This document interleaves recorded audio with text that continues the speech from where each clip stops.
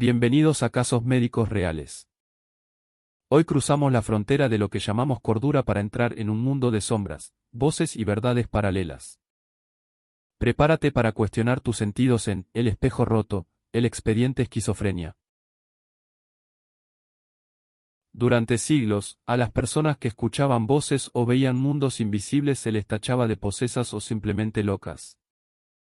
Pero en 1908, el psiquiatra Eugen Bleuler acuñó un término que cambiaría la medicina para siempre: esquizofrenia.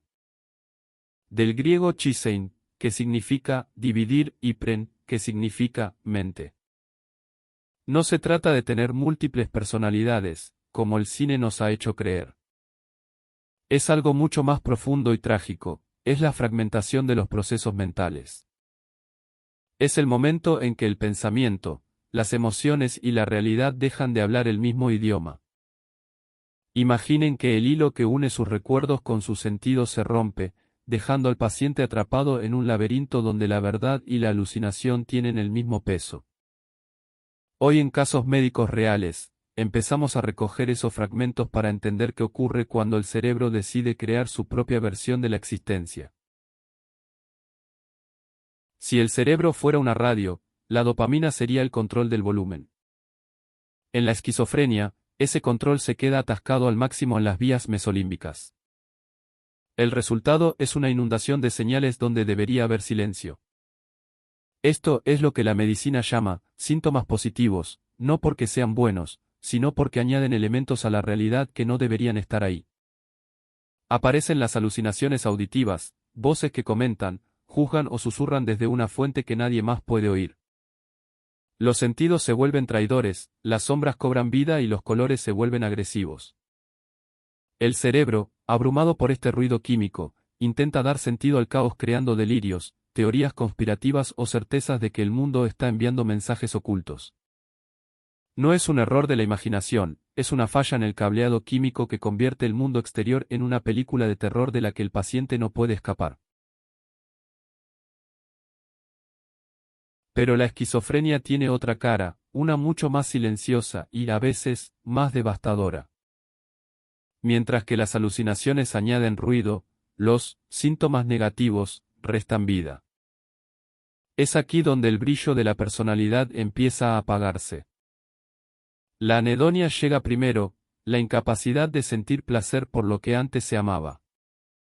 El mundo se vuelve gris, no por fuera, sino por dentro. Luego aparece la bulia, esa falta de voluntad que hace que incluso levantarse de la silla parezca escalar una montaña. El lenguaje se vuelve pobre y el rostro se transforma en una máscara inexpresiva. No es pereza, ni es frialdad, es el cerebro retirándose hacia adentro, desconectándose de un mundo que ya no puede procesar. Es el aislamiento total, no solo de los demás, sino de uno mismo. ¿Por qué el espejo se rompe para algunos y no para otros? La ciencia aún no tiene una respuesta final, pero sí pistas fascinantes. No existe un gen de la esquizofrenia, sino cientos de pequeñas variaciones en nuestro código que, sumadas, crean una vulnerabilidad. Es como nacer con un cristal más delgado que el de los demás. Pero el ADN no es el destino. Aquí entra en juego el entorno, el estrés extremo, las complicaciones durante el desarrollo o incluso vivir en grandes ciudades parecen ser detonantes. Es la teoría del segundo golpe. El primero está escrito en tus células, el segundo llega de fuera. Cuando ambos coinciden, la arquitectura del cerebro comienza a cambiar, los ventrículos se agrandan y la comunicación entre la corteza prefrontal y el sistema límbico se fractura. En casos médicos reales, entendemos que no es una elección, sino un fallo en la ingeniería más compleja del universo.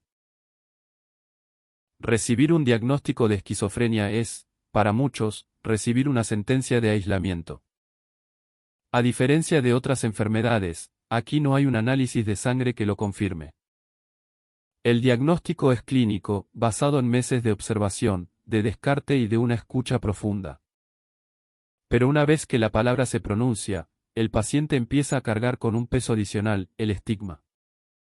La sociedad, alimentada por mitos y el cine de terror, a menudo confunde la esquizofrenia con la violencia o la maldad. Nada más lejos de la realidad. El paciente suele ser la víctima, no el agresor, una persona atrapada en un mundo que lo asusta, buscando desesperadamente un anclaje en la realidad. En casos médicos reales, alzamos la voz contra ese muro de prejuicios. Porque el miedo de los demás es, a veces, la prisión más difícil de romper para quien ya está luchando contra su propia mente. En la década de 1950, la psiquiatría encontró su primera gran arma, la clorpromacina. Por primera vez, los hospitales dejaron de ser lugares de custodia para convertirse en centros de tratamiento. Estos fármacos actúan como un escudo, bloqueando los receptores de dopamina para silenciar el ruido de las alucinaciones. Pero silenciar la tormenta tiene un precio. Los antipsicóticos son un filo doble, mientras calman la mente, pueden encadenar el cuerpo. Aparecen los efectos extrapiramidales, temblores que imitan al Parkinson, una rigidez que convierte cada paso en un esfuerzo y un cansancio que nubla el pensamiento. Muchos pacientes describen sentirse vacíos o como zombis químicos. En casos médicos reales, entendemos que el desafío no es solo sobrevivir a la enfermedad, sino también sobrevivir al tratamiento en busca de un equilibrio que parece, a veces, inalcanzable. Si los medicamentos apagan el incendio, la terapia es la que reconstruye la casa. La recuperación en la esquizofrenia no siempre significa que las voces desaparezcan por completo, sino aprender a vivir con ellas sin que dicten tu destino. No es un camino que deba recorrerse en soledad. Aquí es donde la terapia ocupacional, los grupos de apoyo y el soporte familiar se vuelven fundamentales. Se trata de redescubrir las habilidades perdidas y de reintegrarse en un mundo que a veces parece ajeno. Muchos pacientes logran llevar vidas funcionales y plenas, estudian, trabajan y forman vínculos profundos, demostrando que la mente es mucho más que su diagnóstico. En casos médicos reales, celebramos la resiliencia de quienes, pieza por pieza, vuelven a armar su propia realidad.